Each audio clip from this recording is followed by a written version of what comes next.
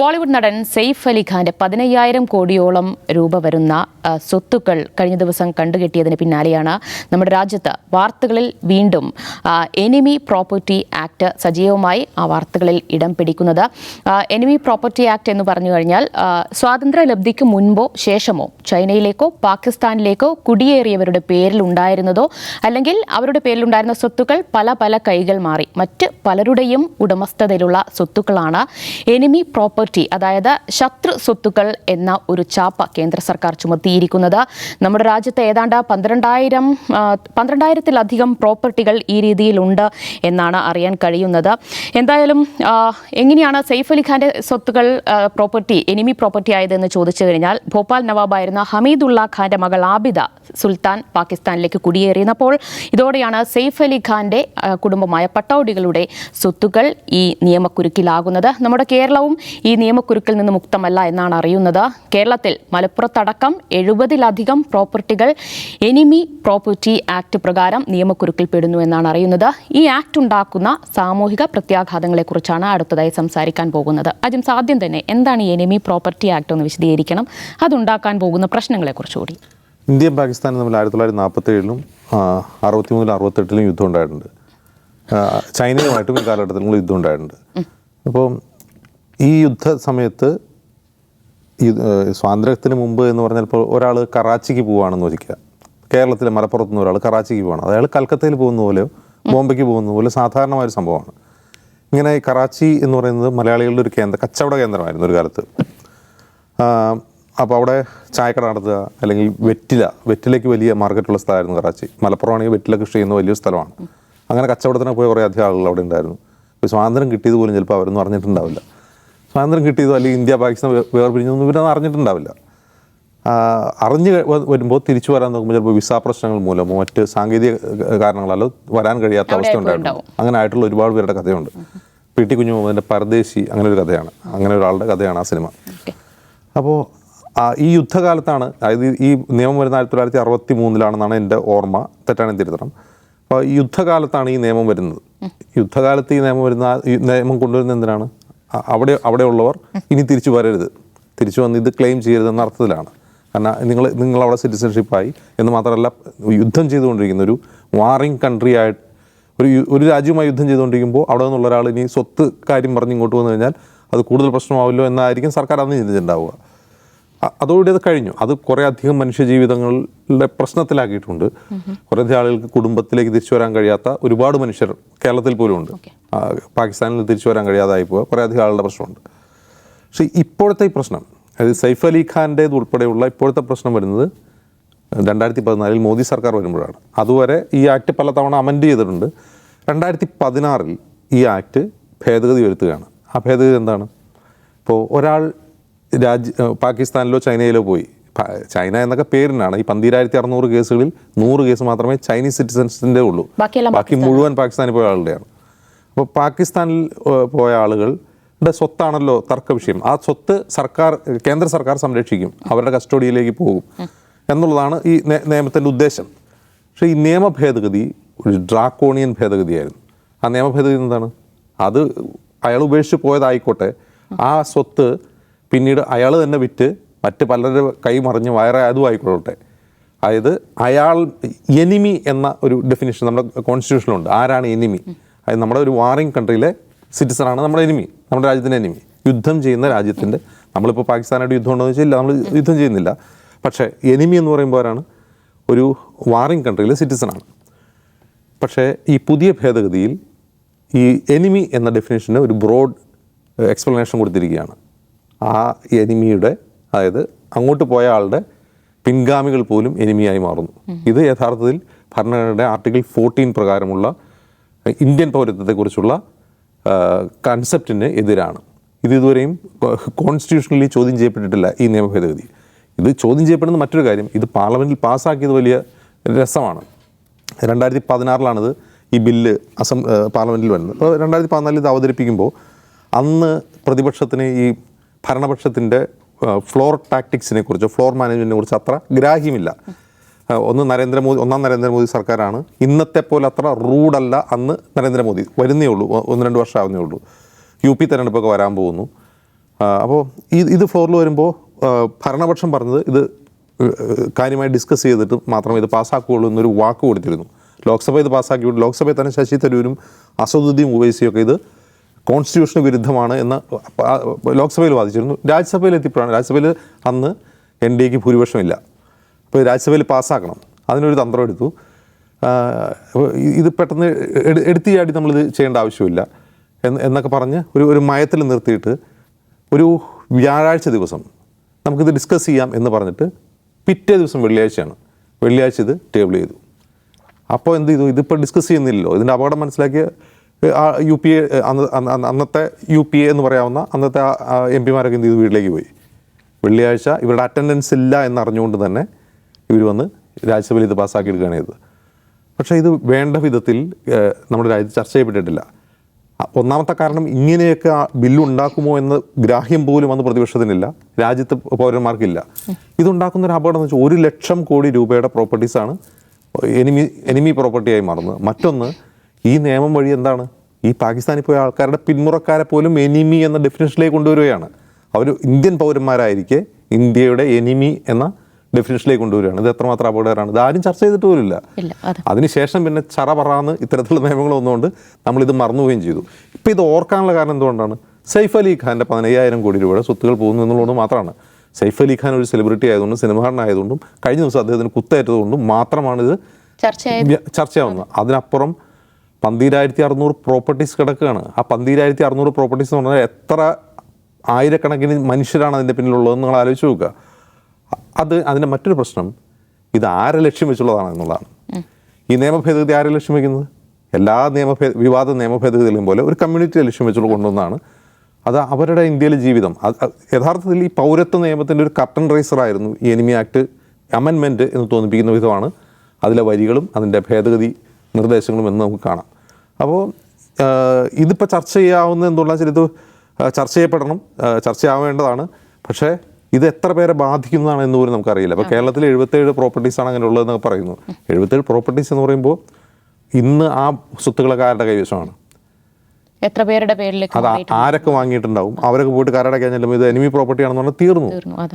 എത്ര ജീവിതങ്ങളാണ് പ്രതിസന്ധിയിലായി പോകുന്നത്. അല്ല, ഇത് ഒരു പ്രാവശ്യം കണ്ടുകെട്ടി കഴിഞ്ഞാൽ അത് തിരിച്ച് സ്വന്തമാക്കാനുള്ള നിയമ വഴികളൊന്നുമില്ലേ ശരിക്കും? ഈ പുതിയ ഭേദഗതിയിൽ ഈ എനിമി പ്രോപ്പർട്ടിയിൽ സിവിൽ കോടതികൾക്ക് ഇത് തീർപ്പാക്കാൻ കഴിയില്ല. അത് സർക്കാരാണ് തീർപ്പാക്കുക. അങ്ങനെയാണ് നിയമ ഭേദഗതി. യഥാർത്ഥത്തിൽ ഇതിൻ്റെ കോൺസ്റ്റിറ്റ്യൂഷണാലിറ്റി ഇതുവരെയും സുപ്രീം കോടതിയിൽ ചോദ്യം ചെയ്യപ്പെട്ടിട്ടില്ല. ഇപ്പം 15,000 കോടി രൂപ സെയ്ഫ് അലി ഖാൻ, 15,000 ചിലർ പറഞ്ഞാൽ 1,500 കോടി എന്ന് പറയുന്നു. അതിൻ്റെ സ്വത്തുകളുണ്ട്, പലതും പാലസുകളാണ്. ആ പാലസുകൾ പലതും ഹോട്ടലുകളാക്കി മാറ്റിയിട്ടുണ്ട്. അദ്ദേഹത്തിന് അത്രയും സ്വത്തൊക്കെ ആവശ്യമുണ്ടെന്നൊക്കെ അങ്ങനെയുള്ള ക്വസ്റ്റ്യൻസൊക്കെ നമുക്ക് ചോദിക്കാം. പക്ഷേ സാധാരണക്കാരായ മനുഷ്യർ ജീവിക്കുന്ന ഒരുപാട് സ്ഥലങ്ങൾ ഇതിലുണ്ട്. അവിടെ കിടന്ന മനുഷ്യരുടെയൊക്കെ ജീവിതത്തെ തുലാസിലാക്കുന്ന, അവരുടെ ജീവിതത്തെ പ്രതിസന്ധിയിലാക്കുന്ന ഒന്നാണ് ഈ അമെൻമെൻറ്റ്. ഈ 2016 ഈ അമെൻമെൻറ്റ് കൊണ്ടുവന്നിട്ട് ഇതിപ്പോൾ എത്ര വർഷമായി, 8-9 വർഷമാവുന്നു. ഇതുവരെ ആർക്കും അതിനെക്കുറിച്ചൊരു ആശങ്കയുമില്ല. ഈ ആശങ്ക വരുന്നത് സെയ്ഫ് അലി ഖാൻ്റെ സ്വത്ത് പോകുമ്പോൾ മാത്രമാണ് എന്നുള്ളിടത്താണ് നമ്മുടെ പ്രതിപക്ഷം പോലും ഇതേക്കുറിച്ച് എത്രമാത്രം അവെയറാണ്. ആ വിഷയം ഇത് കോടതിയിൽ ചോദ്യം ചെയ്യേണ്ടതാണെന്നെങ്കിലും ആർക്കെങ്കിലും തോന്നണ്ടേ? ഈ നിയമത്തെ കോടതിയിൽ ചോദ്യം ചെയ്യേണ്ടതാണ് എന്നെങ്കിലും ആർക്കെങ്കിലും തോന്നുന്നുണ്ടോ? അല്ലെങ്കിൽ ഈ അമെൻമെന്റ് കോടതിയിൽ ചോദ്യം ചെയ്യേണ്ടതാണ്. അങ്ങനെ ചോദ്യം ചെയ്യണമെങ്കിൽ എൻ്റെ പ്രോപ്പർട്ടി എനിമി ആക്ടിൽ വരുന്നതാണെന്ന് അറിയണ്ടേ? ഇനി ഈ ബില്ല് ഇത് ബില്ലായിട്ട് കൊണ്ടുവരുന്ന രസമുണ്ട്. ഈ ബില്ല് വരുന്നതിന് മുമ്പ് ഒരു ഓർഡിനൻസ് വഴിയാണ് ഇത് ആദ്യം കൊണ്ടുവരുന്നത്, ഈ നിയമഭേദഗതി കൊണ്ടുവരുന്നത്. ഇന്ത്യയിലെ ഏറ്റവും കൂടുതൽ പ്രാവശ്യം റീപ്രൊമൽഗേറ്റ് ചെയ്യപ്പെട്ട ഓർഡിനൻസ് ആയിരുന്നു അത്. പ്രണബ് മുഖർജി ആയിരുന്നു രാഷ്ട്രപതി, ഏറ്റവും കൂടുതൽ പ്രാവശ്യം റീപ്രൊമൽഗേറ്റ് ചെയ്യപ്പെട്ട. അപ്പോൾ എത്ര കെയർലെസ് ആയിട്ടാണ് നമ്മുടെ ലെജിസ്ലേച്ചർ, നമ്മുടെ സിവിൽ സൊസൈറ്റി, ഞാൻ പലപ്പോഴും ഔട്ട് ഓഫ് ഫോഴ്സിൽ പറയാനുള്ളതാണ്, ഏത് ജനാധിപത്യത്തിൻ്റെയും കരുത്ത് എന്ന് പറയുന്നത് ആ രാജ്യത്തെ സിവിൽ സൊസൈറ്റിയാണ്. കഴിഞ്ഞ 10 വർഷമായി അല്ലെങ്കിൽ 10-15 വർഷമായി നമ്മുടെ രാജ്യത്ത് ഇല്ലാതായി പോയ ഒരു ജനാധിപത്യത്തിൻ്റെ അനിവാര്യ ഘടകമായ സിവിൽ സൊസൈറ്റി ജാഗരൂകരായിരിക്കുമ്പോഴാണ് നിയമനിർമ്മാണം, നിയമഭേദഗതി, ജുഡീഷ്യറി ഇതെല്ലാം വിജിലൻ്റായിട്ടിരിക്കുക. ഇത് ആളുകൾക്ക് മിണ്ടാൻ ഭയം, ചൂണ്ടിക്കാട്ടാൻ ഭയം, സംസാരിക്കാൻ ഭയം, സംസാരിക്കുന്നവരെ തിരിച്ച് ഭയപ്പെടുന്ന ഒരു ഭരണകൂടം. ഇങ്ങനൊരു സാഹചര്യത്തിൽ അങ്ങനൊരു സാഹചര്യമുള്ളൊരു സിസ്റ്റത്തെ നമുക്ക് എത്രമാത്രം ജനാധിപത്യം എന്ന് വിളിക്കാൻ കഴിയുമെന്നുള്ളത് മാത്രമാണ് ചോദ്യം. യശ്വന്ത് ചേട്ടാ, ഇതിൽ ഇങ്ങനെയൊരു ആക്ടിലൂടെ എന്തായിരിക്കാം കേന്ദ്ര സർക്കാർ ലക്ഷ്യമിടുന്നുണ്ടാവുക? ഈ 1 ലക്ഷം കോടിയിലധികം വിലയുള്ള മൂല്യമുള്ള സ്വത്തുക്കൾ അത് കേന്ദ്ര സർക്കാരിൻ്റെതാക്കുക എന്നത് മാത്രമായിരിക്കുമോ? കേന്ദ്ര സർക്കാരിനെ സംബന്ധിച്ച് 1 ലക്ഷം കോടിയുടെ ഒരു സമ്പത്ത് അവിടെ കിടക്കുന്നു. അത് സ്വന്തമാക്കിയാൽ, അതിൻ്റെ കസ്റ്റോഡിയനായാൽ, ഈ നിയമ ഭേദഗതിക്ക് ശേഷം അജിംസ് പറഞ്ഞതുപോലെ അത് സിവിൽ കോടതികളിലേക്കൊന്നും പോയി നമുക്കത് ചോദ്യം ചെയ്യാൻ കഴിയില്ല. കാരണം ഇതിൻ്റെ കസ്റ്റോഡിയൻ കേന്ദ്ര സർക്കാരാണ്. അതെല്ലാം അങ്ങ് സ്വന്തമാക്കാം, എന്നിട്ട് സാമ്പത്തിക പ്രയാസങ്ങൾ അങ്ങ് മാറ്റാം എന്നൊരു നീക്കമല്ല ഇതിൻ്റെ പിന്നിലുള്ളത്. അപ്പോൾ 1 ലക്ഷം കോടി എന്ന് പറയുന്നത് നമ്മളെ സംബന്ധിച്ച് ഈ കണക്കുകളാണ്. ഈ പറയുന്ന 12,000-ഓളം കേസുകൾ, അതുമായി ബന്ധപ്പെട്ട 1 ലക്ഷം കോടിയുടെ സ്ഥാവര വസ്തുക്കൾ. അപ്പോൾ അതൊരു കണക്കാണ്. ആ 1 ലക്ഷം കോടി ഇങ്ങോട്ട് കിട്ടിയാൽ എന്തോ ഒരു നല്ല കാര്യം, അല്ലെങ്കിൽ 1 ലക്ഷം കോടിയുടെ ആ സ്വത്തുക്കൾ എടുക്കേണ്ട ഒരു അനിവാര്യ സാഹചര്യം, അതൊന്നും പ്രസക്തമല്ല. ഇതിൽ ജംഗമ വസ്തുക്കളുണ്ട്, സ്വർണം തുടങ്ങിയിട്ടുള്ള ജംഗമ വസ്തുക്കളുണ്ട്. അതെല്ലാം ഇതിനോടകം തന്നെ ഏറ്റെടുക്കപ്പെട്ട് കഴിഞ്ഞിട്ടുള്ളതുമാണ്. പിന്നെ ഇപ്പോൾ ഈ പറയുന്ന സ്ഥാവര വസ്തുക്കളുമായി ബന്ധപ്പെട്ട കാര്യത്തിലാണ് ഈ ഒരു കർശന നിയമ ഭേദഗതി വന്നിട്ടുള്ളത്. ഇവിടെ ഇന്ത്യയും പാകിസ്ഥാനുമാണല്ലോ നേരത്തെ പറഞ്ഞതുപോലെ പ്രധാനപ്പെട്ട ഇതിലെ കക്ഷികൾ. ഇതിലൊരു ഘട്ടത്തിൽ ഒരു സമവായത്തിൻ്റെ സാധ്യത ആലോചിച്ചിരുന്നു ഇന്ത്യയും പാകിസ്ഥാനും. പക്ഷെ അത് മുന്നോട്ട് പോയില്ല. മാത്രമല്ല, ഈ പറയുന്ന BJP ഒന്നും ഇല്ലാത്ത കോൺഗ്രസ് സർക്കാരുകളുടെ കാലത്താണ് ഈ നിയമം അതിൻ്റെ ആദ്യ രൂപത്തിൽ വന്നിട്ടുള്ളത്. പിന്നീട് അതിൻ്റെ ഭേദഗതി വന്നപ്പോൾ അതിനകത്ത് ദുരുദ്ദേശങ്ങൾ വ്യക്തമായി അവർക്ക് കൊണ്ടുവരാൻ കഴിഞ്ഞു BJP ഗവൺമെൻറ്റിനെങ്കിലും ഇതിൻ്റെ തുടക്കമെന്ന് പറയുന്നത് കോൺഗ്രസ് ഭരിക്കുന്ന കാലഘട്ടത്തിൽ തന്നെയാണ്, ഈ പറഞ്ഞ യുദ്ധത്തിൻ്റെ സാഹചര്യത്തിലുമാണ്. ഇപ്പം നമ്മൾ ഈ പാകിസ്ഥാൻ ഇതിനോട് എങ്ങനെ ഒരു സമീപനമാണ് പുലർത്തിയത് എന്നതും കൂടെ പരിശോധിക്കണമല്ലോ. അവിടെയും ഉണ്ടല്ലോ ഈ പറയുന്നത് പോലെ അവിടെ നിന്ന് ഇങ്ങോട്ടേക്ക് വന്ന ആളുകളുടെ പ്രോപ്പർട്ടി അത് പൂർണ്ണമായും ഏറ്റെടുക്കുകയായിരുന്നു. അതായത് ഇപ്പോൾ ഈ ഇന്ത്യയിൽ ഇപ്പോഴും വേണമെങ്കിൽ ഇത് ഇനിയും ചോദ്യം ചെയ്യപ്പെട്ടുകൂടെ എന്ന് ചോദിക്കുന്ന സാധ്യതകളുണ്ട്. പാകിസ്ഥാനിൽ നിലവിലതില്ല. കാരണം അവരെ സംബന്ധിച്ച് അത് ഒരടഞ്ഞ അധ്യായമാണ്. അതുകൊണ്ട് ഇന്ത്യയും പാകിസ്ഥാനും തമ്മിൽ ഈ കാര്യത്തിലൊരു സമവായത്തിൻ്റെ സാധ്യതകൾ പോലും അവസാനിച്ചു എന്ന് വേണം ഇപ്പോഴത്തെ അവസ്ഥയിൽ കാണാൻ. പിന്നെ സർക്കാരുകൾക്ക് അധികാരമുണ്ട്, വേണമെങ്കിൽ ഒരു അധ്യായം വേണമെങ്കിൽ വീണ്ടും തുറക്കുകയൊക്കെ ചെയ്യാം. പക്ഷേ നിലവിലെ സാഹചര്യത്തിലെ യാഥാർത്ഥ്യം അതാണ്. അപ്പോൾ നമ്മൾ ഈ പറയുന്ന പാകിസ്ഥാൻ എന്ന് പറയുന്ന ഒരു ഭരണകൂടത്തെയും പരിശോധിക്കണമല്ലോ. ഇന്ത്യയുടെ ഭരണകൂടം അത് ഏത് സ്വഭാവത്തിലുള്ളതാണെങ്കിലും വിമർശന വിധേയമാകേണ്ടതുപോലെ തന്നെ പാകിസ്ഥാൻ്റെ ഭരണകൂടവും വിമർശന വിധേയമാകേണ്ടതുണ്ട്. അങ്ങനെ വരുമ്പോൾ പാകിസ്ഥാൻ്റെ നടപടി ഏകപക്ഷീയവും തീർപ്പാക്കപ്പെട്ടിരിക്കുന്നതുമാണ്. അത് ഇനിയൊരു പുനരാലോചനയുടെ സാധ്യത പോലും തരാത്ത വിധത്തിലുള്ളതാണ്. ആ യാഥാർത്ഥ്യം നമ്മൾ ഉൾക്കൊള്ളണം, ഇവിടെ BJP ഭരിച്ചാലും കോൺഗ്രസ് ഭരിച്ചാലും. കാരണം വസ്തുതകളാണ് എന്ന് വെച്ചുകൊണ്ട് ഞാൻ BJP സർക്കാരിന് എന്തെങ്കിലും ആനുകൂല്യം കൊടുക്കുകയല്ല കേട്ടോ. ഈ വിഷയത്തിൽ 2 രാജ്യങ്ങളാണ് പ്രധാനമായും കക്ഷികൾ. അതിലെ 2 സാഹചര്യങ്ങൾ പറയുക മാത്രമാണ് ചെയ്തത്. ഇവിടുത്തെ കാര്യത്തിൽ ഈ പറഞ്ഞതുപോലെ ഈ ഓരോ വ്യവസ്ഥകളും കടുപ്പിക്കുന്നത് മുസ്ലിം സമുദായത്തെ തന്നെ കേന്ദ്രീകരിച്ചുകൊണ്ടാണ്. കൂടുതൽ അവരെ അരക്ഷിതരാക്കുക, അവകാശങ്ങളില്ലാത്തവരാക്കുക എന്ന് വെച്ചാൽ ഈ 2ാം പൗരത്വത്തിലേക്ക് നിലനിർത്തുക എന്നുള്ളതാണ് അവരുടെ രീതി. ഇപ്പോൾ ഇന്ത്യയിൽ പൗരത്വമുണ്ടല്ലോ ഒരുപാട് മുസ്ലിങ്ങൾക്ക്, മറ്റെല്ലാവരെയും പോലെ ഞാനത് പ്രത്യേകമായി പറയുകയല്ല. അത് അവരുടെ ഒരു പ്രധാനപ്പെട്ട അവകാശമാണല്ലോ തെരഞ്ഞെടുപ്പുകളിൽ മത്സരിക്കുക, വിജയിക്കുക, അങ്ങനെയുള്ള കാര്യങ്ങൾ. BJP എന്തുകൊണ്ടാണ് നമ്മുടെ ഈ ലോക്സഭാ തെരഞ്ഞെടുപ്പുകളിലായാലും നിയമസഭാ തെരഞ്ഞെടുപ്പുകളിലായാലും മുസ്ലിം സ്ഥാനാർത്ഥികളെ നിർത്താത്തത്? അപ്പോൾ അവരെ ഒരു തുല്യ പൗരനായി കാണുന്നില്ല.